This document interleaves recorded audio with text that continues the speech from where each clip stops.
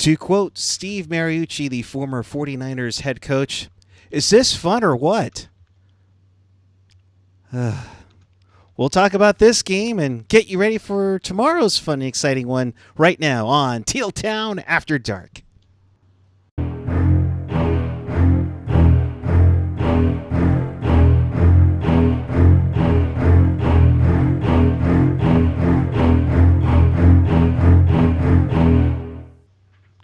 Good evening, everyone. It is October 26, 2023.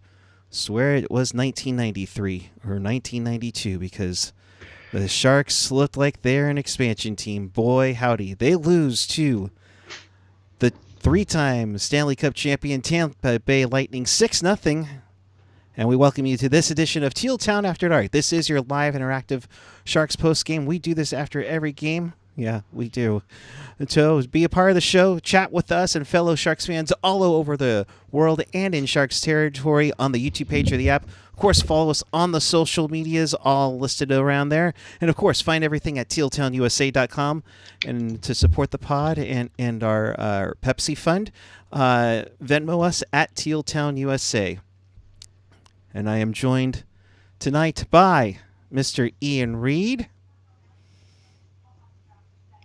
I'm not angry. I like if you were hoping that I was gonna come on here and just start swearing from the get-go, like you're gonna be just disappointed. Like,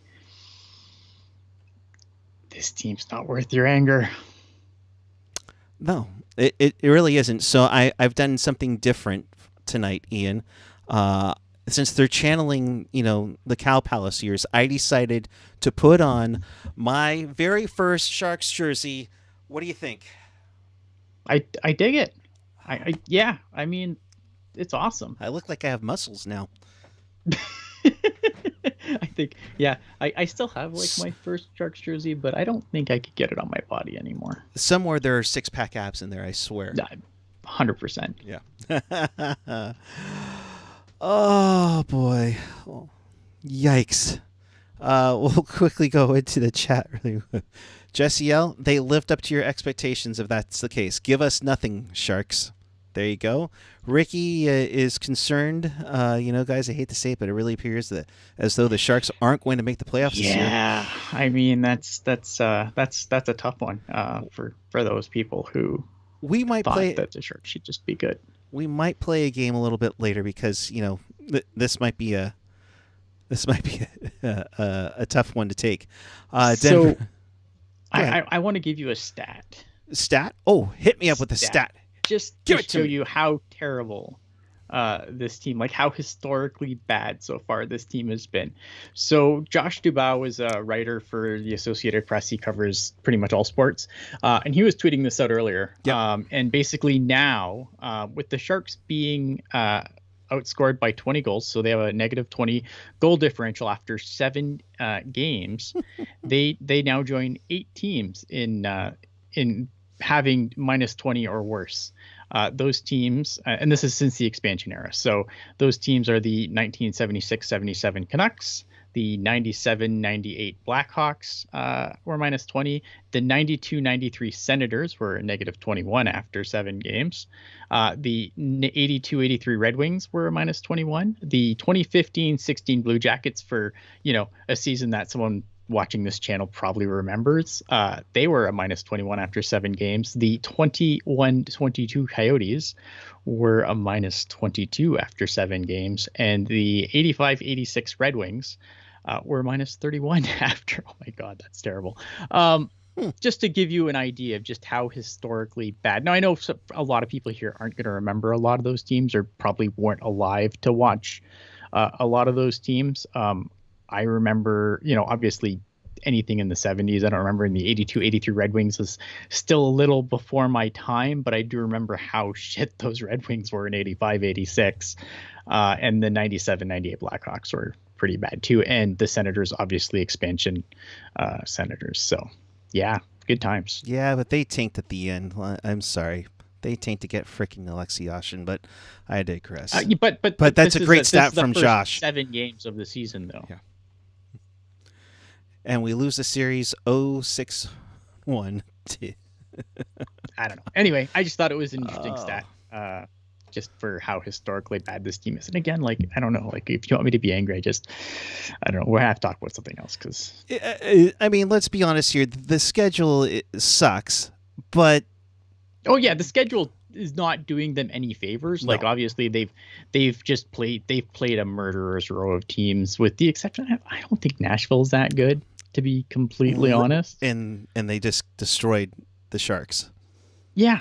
I mean, this team's bad. Jumbo, if you're watching, we may need butts and seats at the end of this. You might need to actually, when you sign that 1-day contract, you might actually have to be in the lineup. So, Michael asks, where are you finding all these happy photos? The next thumbnail better be Quinn angry or player set. Oh, don't worry. Calm down. We'll run out of happy Sharks photos. Yeah, don't worry. And we'll just have like Tomas Hertl going, how many more years of this? Looking at his contract. We'll find it. Yeah. Logan, bless you, Puck. We'll get Vlasic looking sharp in the press box. Nice suit. Oh. It'll be fine. Yeah, that's I hope he's okay with sitting in the press box. Or is he going to eventually ask for that trade to Montreal? Oh, boy. Yeah. So, with that, let's talk about this game. Do we have to? We'll go through this. What is there to talk about this game? Like, I can think of 100 more things more interesting to talk about. That might even be hockey related than this game. We are a Sharks podcast. This is a post-game show. Team good, 6-0. Like, and here's the worst part. Like, Ian, I was trying to save that for Sunday's show. I don't give a fuck. Damn it! All right, well, fine. Blackwood was back in net. Barabanov has a broken finger week to week, originally reported by Sheng Peng. Mm-hmm. Tampa shut out Carolina. Hey, they called up Ryan Carpenter. We can talk about that. Who hasn't made it to the team yet because they're on the other side of the country. Damn it! If they only had a team in Worcester. So I like this call up, though. Let's talk about the call up. Look, we talk about. I don't care. Like, I understand what we're supposed to do. Yeah. But I'm no one's monkey. I'm not going to sit here and talk about a game that there's. What is there possibly to say about this game? It wasn't Blackwood's fault. They pulled him as a mercy.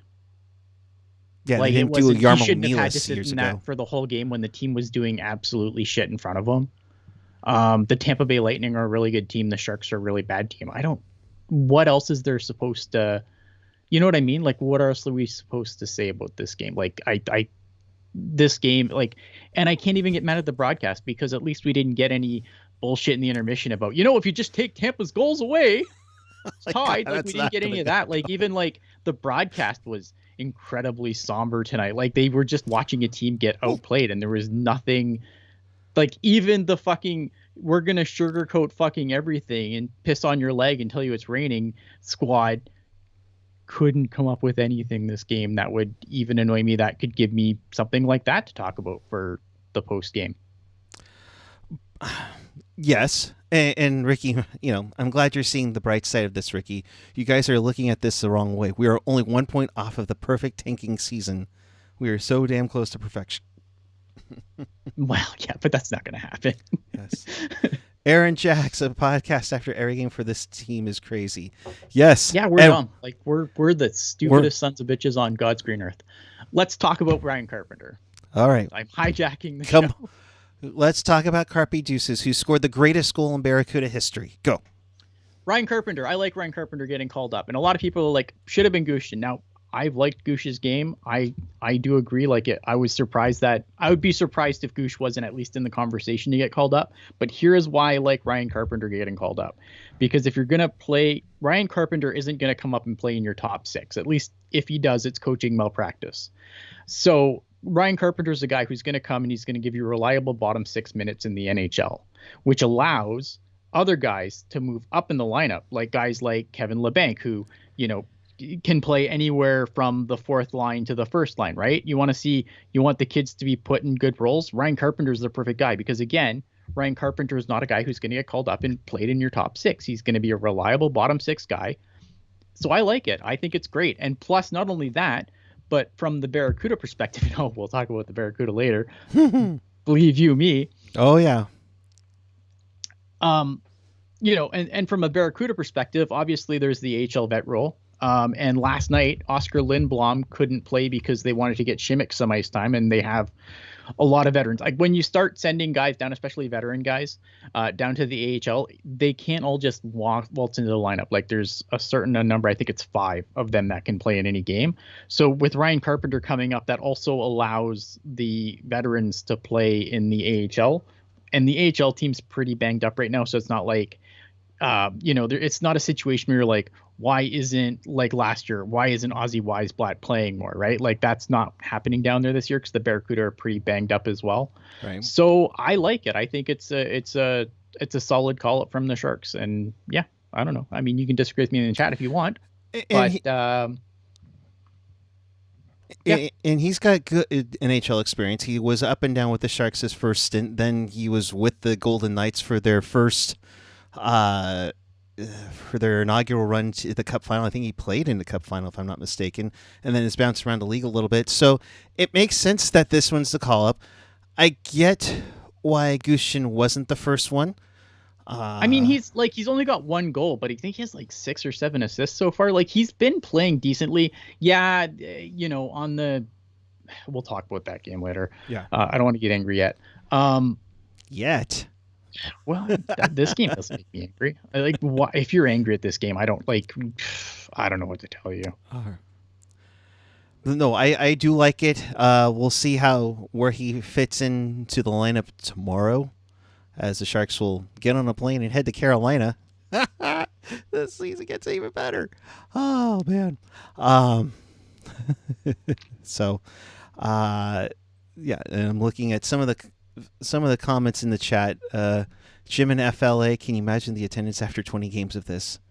Oh, yeah, that's gonna not be good. Look, you know what? And you're not gonna hear it from me. Like, I think that how you choose to spend your money is your choice, and if you choose not to go and spend your money on this team, I'm not gonna sit here and judge you for it. Like, if you're a season ticket holder who's angry, I'm not gonna judge you for it. I think you gotta be it's your choice how you spend your money. So yeah. I'm not gonna get on you. Like, yeah, I think this team is not good, and I think it was obvious this team was going to be not good. It's been subtraction after subtraction after subtraction from this team. So, I mean, if you're surprised the Sharks are as bad as they are, I think maybe that needs a look. But all in all,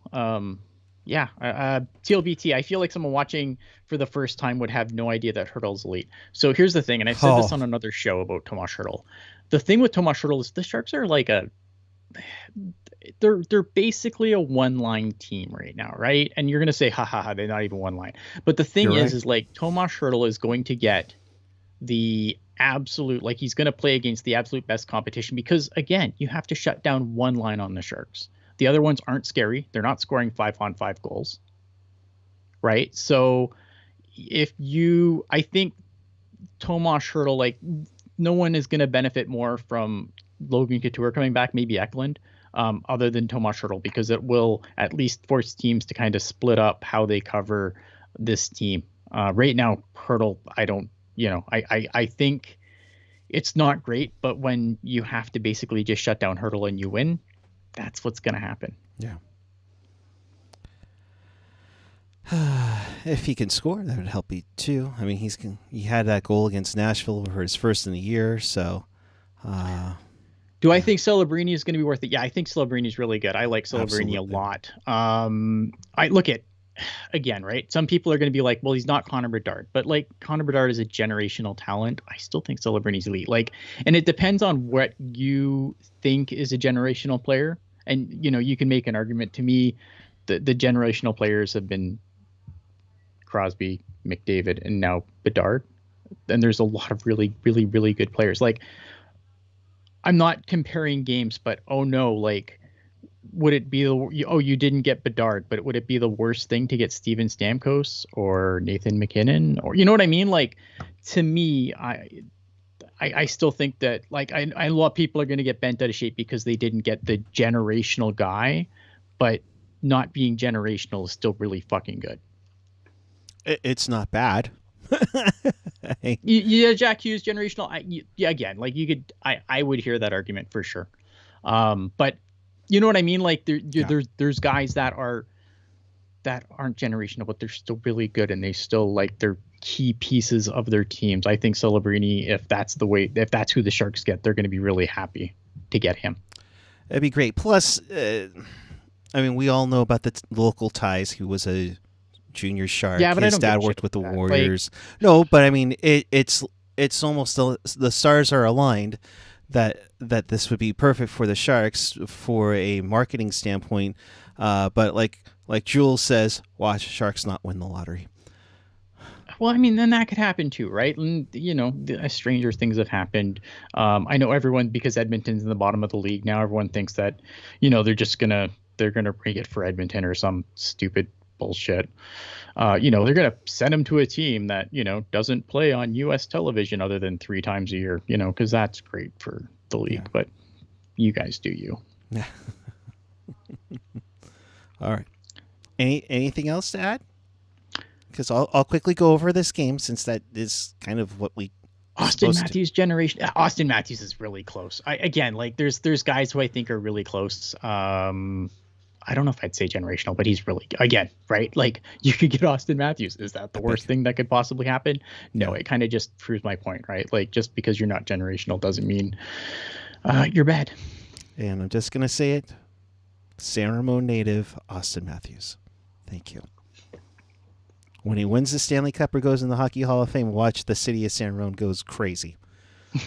Kid you not. All right. Let's talk about this game really quick. We'll just go through it. It was... Hey, always to derail this show. All right, go on. Hashtag torture together. All right.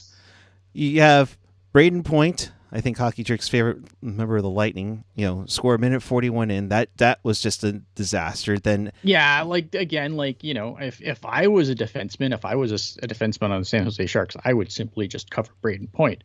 But the Barracuda, unfortunately, did not. Or the Barracuda, I mean, this blue line is Barracuda quality right now. The Sharks did not. Oh, yeah, no, they did not. And seeing the jump, we like to welcome those of you who've been watching. Hey, no one said Nail Yakupov was generational. Get out of here with that shit. Oh, like, I think Burge, come on. Fucking generational is, like, it is an overused term in hockey now, and I think that sometimes people try to apply it to people that, but no one ever said Nail Yakupov was fucking generational. Stop it. Let alone Pat Falloon, but I digress. No, he was. Again, it's a word that has been so it gets abused, right? Because I think sometimes words just do that, right? It's like, right. It's no longer elite, just isn't sound sexy enough, so now it's generational. But I think it doesn't actually apply to a lot of players. Former Shark Taylor Hall is generational. No, that's why there was that toss up: Taylor or Tyler, Tyler or Taylor. Oh my God, oh yeah. You know who's looking like Taylor or Tyler is Mikey Eyssimont, the former Shark legend. Okay, let's talk about Mike Eyssimont, because again, anything but this game. So, you know, a lot of Twitter, you know, is like, why didn't Sharks keep Mike Eyssimont? Because he wasn't going to be able to play enough games, so he would have walked as a free agent anyway. But hey, you know, so they did what they could to try and, you know, you can argue they didn't really get much value for him, and maybe they could have walked him to free agency. Maybe he stays, but I think that with the season he had, he was going to have his choice of a few teams to go to, and the Sharks wouldn't have been able to, like, he wasn't going to be a restricted free agent because he didn't have enough NHL games under his belt to prevent him from being unrestricted. So, yeah. So Mikey Eyssimont, which a cross check from Mike Hoffman. Way to go, Hoffman. You're adding on to your trade value so well. going full Bobby Orr with the tip in to make it 2-0. Stamkos doing his thing on a power play makes it 3-0. The shots were 13-7. Again, another double-digit shot allowed by the Sharks. High danger chances were like 10-1. And okay, so I'm derailing again. Richard Davalos in the chat. The point is that a number one overall pick could be yes, it could be a bust. I mean, if you guys want to sit here and be like everything's awful and whoever the Sharks are going to draft after it's all said and done is going to be a bust. I mean, I don't know how you don't put a gun in your mouth and pull the fucking trigger. Like, yes, let's just be completely fucking nihilistic about this team. Is that what you want? Is that what you want me to do? No, let's not do that. the pull the trigger part. I don't know. Yes, I'm gonna get heat for that, and I just don't give a fuck anymore. Again, right? Like, if you want to be that nihilistic about it, then fuck, all the power to you. The Sharks don't get nothing good. Everything sucks. Fine. Do you want 82 games of that? We can do that. And we're not gonna draft anyone good either. And the world's gonna fucking end. Meh. You do you. I fuck. I don't know what to do with this anymore. So, I guess... And go on Twitter and be like, oh, Ian made a suicide thing. What? Cancel Ian. I don't care. I don't care. Swift Shark in the chat. If you guys manage to find something to fill 20 minutes on this game, you guys deserve an Emmy. Thank you. Fuck. Appreciate it.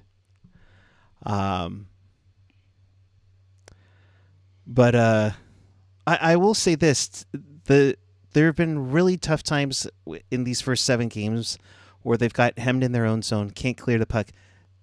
Tonight, even worse. I think I counted like 6 Sharks just in the first period alone that had shifts over a minute 45. You can't have that happen. And of course, Tampa gets 2 more goals. Hagel on a break, 4-0. Paul, who seems like a beast, he's got, I think, points in all but 1 game for Tampa to make it 5-0. Glendening would make it 6-0. The Sharks would get 2 power plays in this. They didn't do crap as usual. So 2 for 22 on that. So that makes it 6-0. The final there. I got it out of the way. And now, because he's not pissed off already, let's talk about the Barracuda. Oh God, let's not. Hang on. Ooh, Barracuda.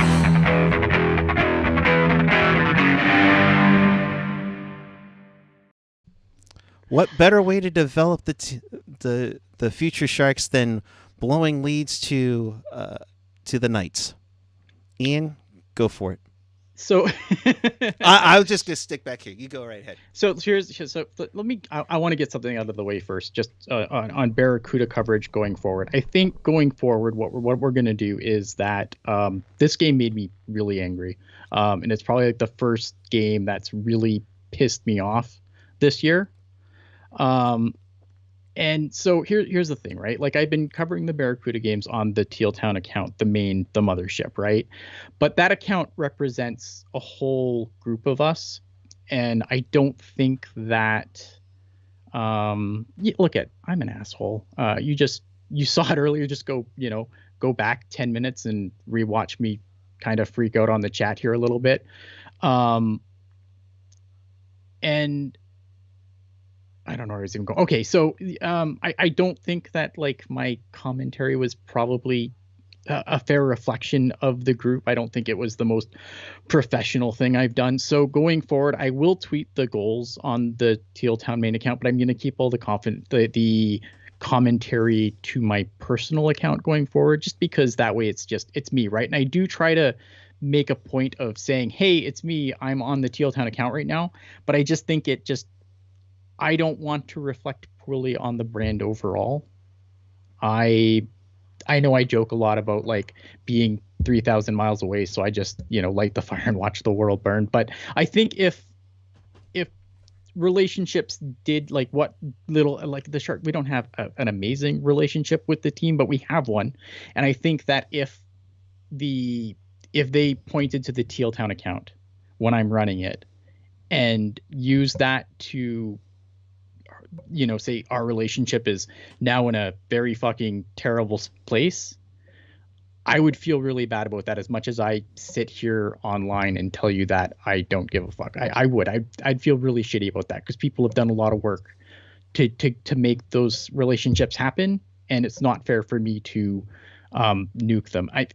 If I nuke them from my own account, I mean, I would feel bad about that too, but it's my account. It's not a Teal Town account. It's my account. It's an Ian account. It's not a hockey account even. It's a whatever the fuck I feel like tweeting about at the time. Mostly hockey. So that being said, so going forward, if you want to like get commentary on the Barracuda game as it happens, hit up at Ian Blogs Hockey. If you want to see just the goals, Tealtown USA at Tealtown USA on Twitter, X, whatever the fuck you want to call it. This game super pissed me off because the Barracuda came out, and I thought they played a really good first half of the game. And this is a Henderson Silver Knights team that is missing some bodies. They played 4 games in 6 nights. This was the second of a back-to-back for them. And they looked it to start the game. The Barracuda came out and they just were dominating the game. And then everything kind of went to shit. The Barracuda just basically started losing every battle. They got outworked. And the penalties add up. Like, watch any Barracuda game from last year, and it was basically that. Like, we've seen this movie play out so many times. So the Barracuda give up, a bunch of goals. They take a bunch of dumb penalties. They stop playing. They just decided, we played half a game, we're good. Stop playing, and then they go back and they lose in overtime. And they wasted a really good performance by Georgi Romanov, who I thought was great. Right. Georgi Romanov's a guy who came in. I didn't think anything of this acquisition when they did it. In fact, I'm like, oh, so this is going to be the guy that's going to take over Strauss-Mann's spot on the Wichita Shuttle. But so far, Georgi Romanov, and it's early. It hasn't been a ton of games, but so far, Georgi Romanov easily has been the best Barracuda goalie this season. He's been better than Magnus Krona, who I think has been okay. And Maki Niemi, I didn't think was that particularly great in the game that he started. Now he is coming back from a lengthy injury, so it's going to take him some time to find probably his stride. But Georgi Romanov's been a pleasant surprise for the Barracuda this year, and they completely wasted like a 36-37 save performance by him. Sounds familiar. And they just let him down. They just stopped playing. It was basically, if you want to draw it back to this game tonight, it was basically he got treated the same way the Sharks treated Mackenzie Blackwood tonight. Like, I thought Mackenzie Blackwood was good. I don't blame Mackenzie Blackwood for tonight's game, and I'm glad they pulled him, because he shouldn't have had to sit there and be in net for a whole game when the team in front of him is doing absolutely jack shit for him. So a good night for Georgi Romanov, but shitty night for the Barracuda. And I think I am not a big fire the coach guy, but you know what? Like, if this team doesn't make the playoffs again this year in the Pacific Division, where almost everyone makes the playoffs in the AHL, John McCarthy needs to go, period. And I know some people think that, like, if they waited too long, and there's some people that watch the Barracuda that think that waiting until the end of the season would be far too generous to John McCarthy, and maybe they're right. But like, look at the NHL squad. It's great, because if they're sucky, you get the draft to look forward to. If your AHL team's bad, it's just bad. There's no benefit to being bad in the AHL. Yeah, it's a nightmare scenario, because you want them to have some success in there, and to see what they went through last year was bad. With the prospects. Now you have some sort of decent. Like, I will say they are banged up, and that isn't helping. But they've got bodies down there. Like, you have got guys that are NHL players playing on that team. Now they're not going to they can't do everything themselves, but again, like you should expect more from this Barracuda team, and so far it's bad and it's frustrating, because again, like the Barracuda. The Sharks, I can be happy if they're not winning whatever, right? Like, it's fine, because at the end of the year, the draft happens. But like this Barracuda team, there's no benefit to them being bad. You want to see, you want to see progress from this group, and you're Right. not getting it. In fact, it's been just like, I think the Barracuda season so far has been absolutely putrid. And without saying it's been bad, just in those 3 games against the Silver Knights is just rough. Right, and they've only played 2 teams, right? So that's the other thing with the Barracuda. Obviously, like, they don't, the AHL schedule is more, you play series of games, you play back-to-backs against a team, right? So they've only played 2 teams so far, but their schedule doesn't look like that that fun coming up either. So it'll be interesting. And that's the thing Kevin Way is saying. Why is the whole Sharks organization so banged up? Yeah, hockey's a contact sport. It is what it is. It's tough. But yeah, getting back to the defense, you have Shimmick out there, Mukamadul, Thrun, among others that are quality NHL defensemen or on the verge. Potential. Yeah. Yeah. And it's tough to see how this is coming apart. Romanov, like you said, spectacular. Spectacular game. Yeah. Yeah. It reminded me of like Mackenzie Blackwood of the first game against Colorado. It's tough to see and to do that. It's just, oh man. And the worst part, I don't know if you caught the very end with Nick Nolenberger. I think there was like 762 people were watching that game last night. In attendance, like I was a guy, like, I want the Barracuda to be good so badly, right? Because one, it shows that it doesn't like say, okay, like, it's not the definitive, like, okay, the rebuild's on the right track. Because again, I've said this on a bunch of shows so far, like, there are key pieces of this rebuild that aren't on the Barracuda this year. So I don't want people, again, if you want nihilism, I'm not here for that. Like, this Barracuda team isn't good, and I'm not going to sugarcoat it, but again, everything sucks. The Sharks are never going to be good again, and it's the end of the world. Like, I'm not going to do that either, though. No, but it's enough is enough, and I get that there's other options out there for your dollar, but yeah, it's just gotta get something. The injuries are just bad luck. I mean, injuries are really is luck, and I don't think it's a conditioning thing. I don't think that they're not conditioned enough. I just, hockey's a contact sport, and some guys are just luckier than others. Yeah, Jesse L. I was there at the arena for the CUDA last night. They knew it was going to be empty. 2/3 of the food stands were closed for a 4,000 seat arena. I mean, yeesh. It's hard, right? Because like I wish I'd come on here and tell you, it's time to be excited about the Barracuda, but I can't right now. Like, I can't do that with a straight face and and maintain any credibility on this show. Yeah. So, CUDA lose in overtime. That was painful. We're getting some of the comments out of the locker room now before they take off for Carolina. Quinn says that Kakinen will start tomorrow, despite coming in for Blackwood in this game. So there's that one. Mario Ferraro says we weren't hard enough to play against. Too much time and space for them. It wasn't a good game for us. Well, Captain Obvious. We're not happy about that one. You shouldn't be. And nothing positive to take out of that. Yeah, you didn't even get a goal. There's no positives out of that, Jan Ruda, I think we played some close games. Maybe we were not up there with the skill level, but we still played some tight games, so it's a matter of choice. We can play a hard game. Sure. And the 23-24 Sharks are the 10th NHL team since the introduction of the center red line in 1943 to score 8 goals or fewer in their first 7 games. Yeah, historically bad goal differential again, right? Like a minus 20 goal differential so far through 7 games. Like, that's pretty fucking bad. It's and they more than feel bad. That's the case on that one. So I think here. So how much changes when Couture comes back? I think that I don't think Couture coming back is like going to make this team good. per se, but I think it does give teams, like, I think it'll help the offense a little. I don't know about the defense. I'm not sure about the goaltending. I think they should be a little better offensively with Couture back, because again, it gives teams more of a gives team more lines to kind of figure out who they're going to play against who.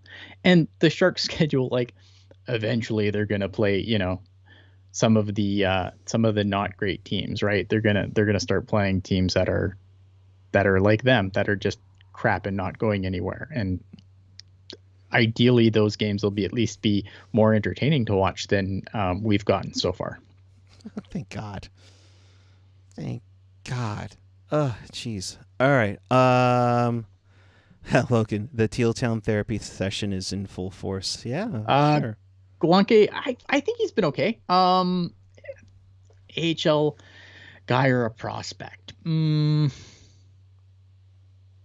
He's been. I've liked him. I think he's good. I don't know what I think of him as a player. Again, it's hard when the team is just played so shit. It's hard to really get a read on anybody. I don't know. Jury's out on my front. I think he's been fine, but again, the team has just been so bad and their effort. It's effort too, and that's, I think, the most frustrating thing with the Barracuda. It's an effort thing. This is a team that was playing, and then they took their foot off the gas, and they just didn't. They started losing all the one-on-one battles. They just got outworked by a team that had played the night before, and this is a team that had 3 days off. Like, it's hard. I think once we get a few more variety of opponents for the Barracuda, I think then I'll have some better answers to those questions. Right now, I just don't know. And of course, they will play Coachella Valley this weekend as they become Tigres del Mar. Good seats still available for they become like Latin. the whole arena. Yeah. Sorry. Wow. I stop. I need to stop. Anything else you could touch on? Congrats, Joe Pavelski, 1,000 points.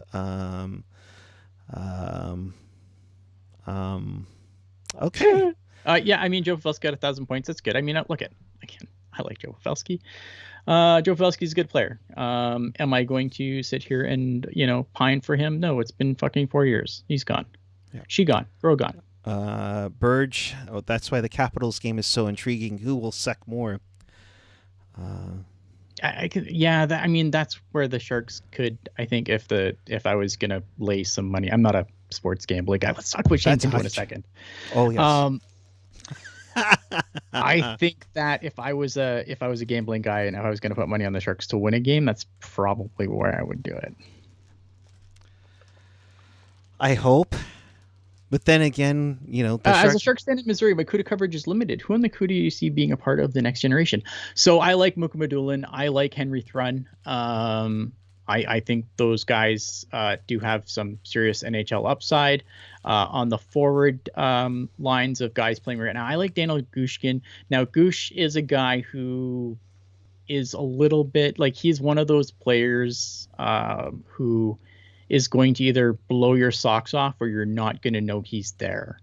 But I like Gushkin. I think Gushkin could be I think he has the scoring touch that he could do good things at the NHL level. Like, I don't think Gushkin's going to be, a 40 goal scorer, but he could come in and score you 20 in the NHL, I think. Do you expect him to come up this year? At some point. I mean, depends on injuries again, right? Like, as guys get healthy, maybe he comes up. But yeah, I think Tristan Robbins is another guy I really like on the Barracuda, but he's been hurt so far this season. Brandon Coe, I called AHL Luke Cunnin on a previous show, and he's made me eat my words ever since. I don't know if I see like super NHL player Brandon Coe.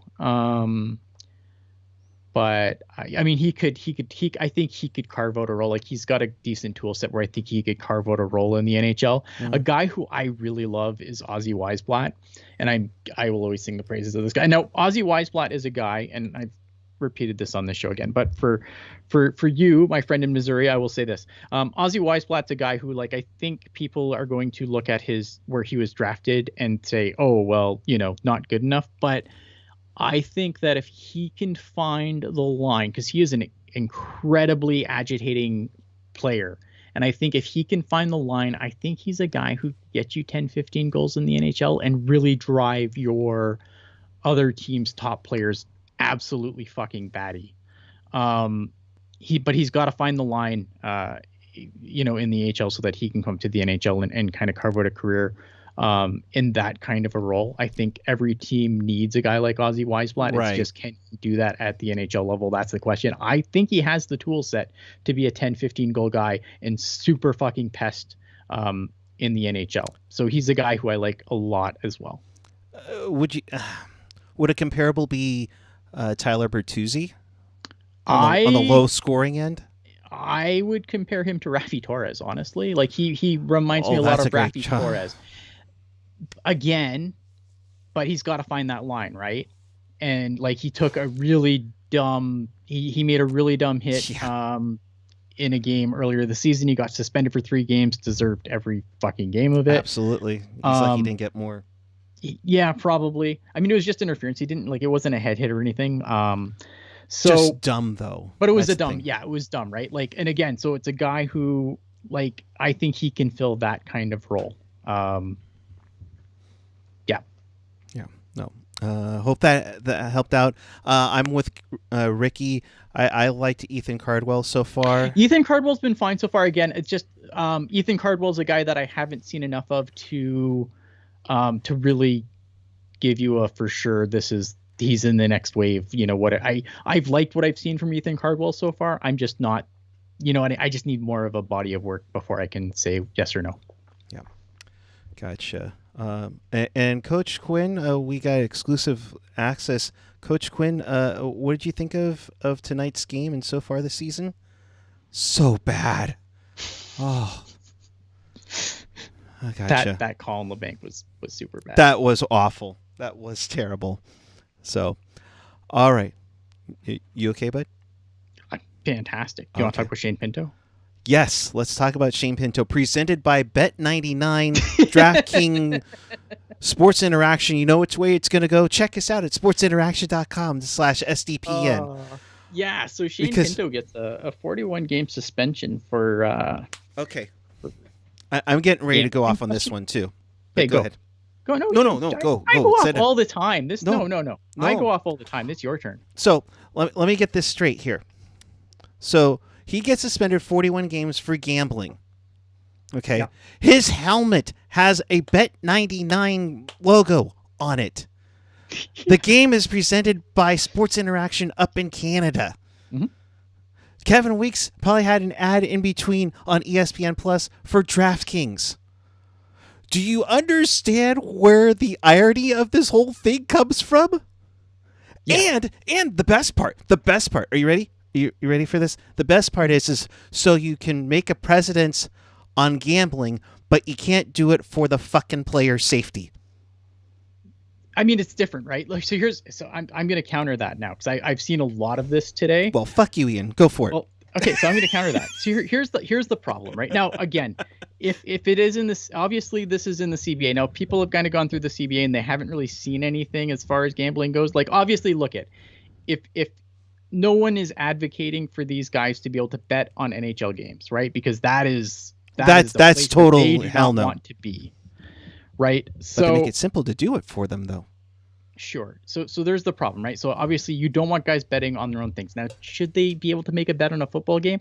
I think so personally, but I guess if you kind of open, like if they're constantly betting on other sports, then it's about the integrity, right? And you brought up all these sponsorships with Bet99 and all this other fucking bullshit, right? Hashtag no free ads.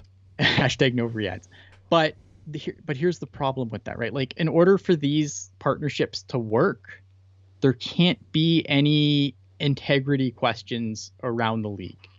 Because if the second one of these guys bets on an NHL game, all those things are gone immediately. And the NHL loses tens of millions of dollars that really can't afford to lose right now, right? Like, I think the reason that they got so heavy on sports betting was because it was a way to make a quick buck to get the escrow paid off and all of that. So if I understand where they're coming from. Now, if the CBA says that they cannot sports gamble, period, I mean, you get what you negotiate you totally for. get that. Yeah. That's I have no problem with. If it's in there, it's in there. Yeah. You know. But I do think it's dumb. Like, obviously no one, like, and I had like people like, oh, but if he's betting on NHL games, but that's not what he did. And if he did, I think he's done. Like, his career is over. Like, you're in Pete Rose territory. You are done. And you'd have to be. You would absolutely have to be at that point, because again, like, if a player gets found betting and the integrity of the game is called into question by, because of sports betting, all those partnerships are gone, because how do you keep them? How do you not have, like, I don't know what the federal body is in the States that would cover that, but they'd be so far up the NHL's ass that they would be coming out their nose. Yeah. And the thing is, and you're spot on. If he was betting on NHL games, which, as far as we know, he didn't. He didn't. Yeah. And I will take them at their word, because again, at that point you have to kick him out of the league. Right. That's that's your career death penalty in my mind. If you don't do it, you're screwed. Yeah. But that's a fine line. Like, oh my gosh, sure. did you bet against San Jose State versus Colorado State, and you're getting suspended 41 games? It depends on how much it goes down into place. And we were wondering why Shane Pinto wasn't getting signed by Ottawa, and now we know why. Well, they're also in like cap hell too. Perfect. Sign him right before he has to sign, and then he can be suspended for it, Well, I mean, a suspended player still counts against the cap. Well, wait till the last minute till he gets signed. That's the thing. To me, is that you guys can figure this shit out here, but still, it's like I'm on Wheel of Fortune spinning and hoping. Let's see the Wheel of Discipline. You guys can't figure that out. I mean, but it's a completely separate thing, right? Like, George Peros didn't hand out the 41-game suspension. This came from the league office. Like, it's a completely different. Like, you're comparing apples to oranges. And I'm not saying that like, it's pretty dumb, right? But I think, again, like, if you understand, like, again, a player gets hit in the head, it's going to cost that player money, right? Because he's not going to be able to play. So he's hurt, whatever. Or you take the shimmick hits that he got. Gambling, you're gonna cost the league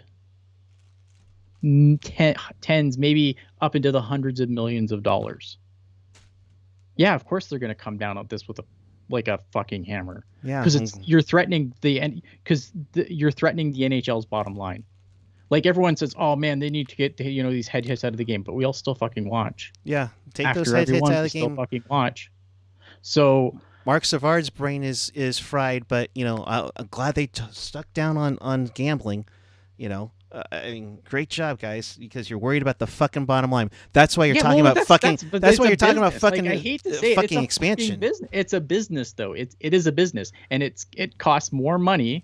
It would cost them more money to lose other sports gambling things than player X, gets a concussion and never plays again. That doesn't cost. I mean, are we at this point then saying, oh, well, let's wait till some guy has brain surgery, is bleeding out on the fucking ice, I mean, for them to do something about these injuries?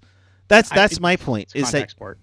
Well, sure. I think look at, if you want to take head hits out of the game, unfortunately, maybe it doesn't. Like, if someone gets killed on the ice, that maybe that's when it gets looked at, because obviously then it's like, it's going to be front page news on everything, even things that don't normally cover hockey. I hate to say that, like, that sounds like really negative on my part, but I mean, that's really what it's going to take. And it's unfortunate. But again, like, But right now, head hits aren't costing the NHL the kind of money that losing their sports gambling partnerships would. So of course, I just think it's an apples and oranges comparison that doesn't really apply. I mean, I can I feel you. I'm with you, but right. The reality is it's a business, and it's not the answer everybody wants, but it's the business answer. I don't think that Shane Pinto, again, because he said whatever really quick. I mean, obviously whatever he did, he got caught. I mean, this is a guy who's a young player in the league who probably wants to play again at some point. I don't think it's going to do him any favors to fight it. I don't think there's anything fishy going on. I just think he did something wrong and he got caught. Yeah. I like what Kevin Way says. I bet, Evander Kane, that there isn't anything fishy on Shane Pinto. I don't think there is. I mean, maybe something will come out later and I'll be wrong, but I don't think there is. I think he got caught, and whatever it is, whatever it was. I think if it was about NHL games, then we're not talking about a 41 game suspension. We're talking about a guy who's expelled from the league. Right. The thing is that the bottom line is we got to worry about the money. They do. It's a business. Which is why they want to expand to 4 teams, next decade, which I think is probably a little ridiculous, but I digress. I don't think so. I think players have never been. Don't you say never been better? Players have never been better. But that's Bettman's line. That's why. I'm aware, but he's not wrong. Like you have. I think you have, like, if you look at the AHL. There's a lot of really talented guys in the AHL who could fill roles on NHL clubs. There's just no room for them. Do you think they can? It's not like the 80s where they back like in the 90s when they expanded really fast with like the Sharks and Ottawa, Tampa, Florida, and Anaheim. The pool of players wasn't as good as it is now, and it really showed on the NHL game. I think. We kind of entered the dead buck because we had a lot of really untalented players. Players are much better now. I think they could. Would I expand by 4 teams? No, but could the NHL expand by another 2 and be fine? I think as far as quality of the game we watch, I think it would be great. I don't think there'd be any drop off. I think 2 is fine. I think 4 is ridiculous, and I think it's another cash grab for the owners because they don't have to pay the revenue to. They don't have to pay the players, right? Yeah, but again, like that's fine. But I don't think it would hurt the game. Like I don't. The question should be in that situation is would it hurt the game? I don't think it does. If now we're just getting off the rails here because this is what we do. Yeah, I mean, why not? Why not? The whole thing is where do you put them? Because Quebec's going to be sitting and waiting again. And meanwhile, you have Salt Lake City, you have Houston, you have Atlanta. Hell, they're talking San Diego now too, and you have all these attendance issues. I don't know where you put them. Again, like that's a separate issue, right? Right. Like I think you could put another team in Quebec. I wouldn't. I know I'm take my Canadian citizenship away. I don't think a team in Quebec would be in good shape. I mean, we're looking like I think Winnipeg, now that the honeymoon is way fucking over in Winnipeg, they're starting to see attendance issues that are probably move them to the Sun Belt. Move them to the Sun Belt. That are good at, I don't think like the Jets are like, I don't want to come out here and say the Jets are in danger of being relocated again, but I think like they're gonna feel some pain on their bottom line with the attendance that they've been getting, and I feel like Quebec City, like once the honeymoon wears off, like there's not again, these are nice markets, but like the league has grown so much since the league has gone away from those places. Right. It's like Hartford, right? Like it's a market that the NHL has outgrown. Right. Agreed. Unfortunately. But if you're gonna do it, I think you do east, one west. So maybe Salt Lake City, maybe Atlanta gets the Canada. I don't know. Marty T. Ian the Quebec hater. Yeah, that's great. No, but I mean, I think you need to figure out Arizona first before you do anything. It's kind of similar with MLB, with Tampa Bay and Oakland.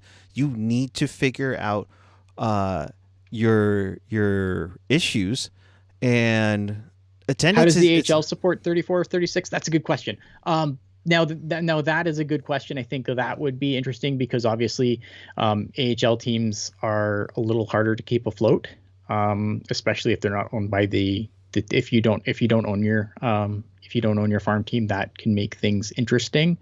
I'm sure the AHL could put a couple more. Would they be super successful? I don't know, but I think if you put your AHL team close to you, the cost that they cost you is worth it in having them close by. So there is that. It's a good question though. Yeah. I mean, there are markets that went away recently when Henderson came in. That was San Antonio. Could they do that for a potential Houston franchise? Or could you elevate the Utah Grizzlies if the Salt Lake team, happens? I don't know. I don't have the answers. I don't have all the answers, unfortunately. And what? I know. Damn it, Ian! Come on. But yeah, I don't know. All right. I don't know. The AHL teams, like, can the AHL weather an expansion of another few teams? Probably, but I think there are some teams in the AHL that definitely do struggle. I think we have one in our own. We cover one here on this very show that struggles. So can we laugh at how Carolina doesn't have an affiliate? Yeah, and we can also laugh at Chicago for going independent. Right, and so that I think that with a team like Chicago that kind of wants to go rogue, I mean, you could add another team there. I think, the Wolves have I think there's room to expand the AHL. I just think it has to be to a team with like some deeper pockets that can afford to lose money on their AHL squad. Just like many of these teams, I would think. So, all right. Now we got that out of the way. In case you missed anything, or you want to watch this again, because boy howdy, this has been fun. Check us out on Teal Town USA. Please don't cancel Ian. I don't know who else I'm going to do these shows with. Yeah, we got 75 more of these. So check us out on tealtownusa.com or wherever you get your podcasts. Of course, if you're on YouTube, please smash that subscribe and like button. Hit that notification bell to notify you when we do go on the air. So, your final thoughts? I mean, I think you said a lot tonight. I did say a lot tonight. I thought we were going for like maybe 25 minutes, and here we are almost an hour. I wasn't going to lie.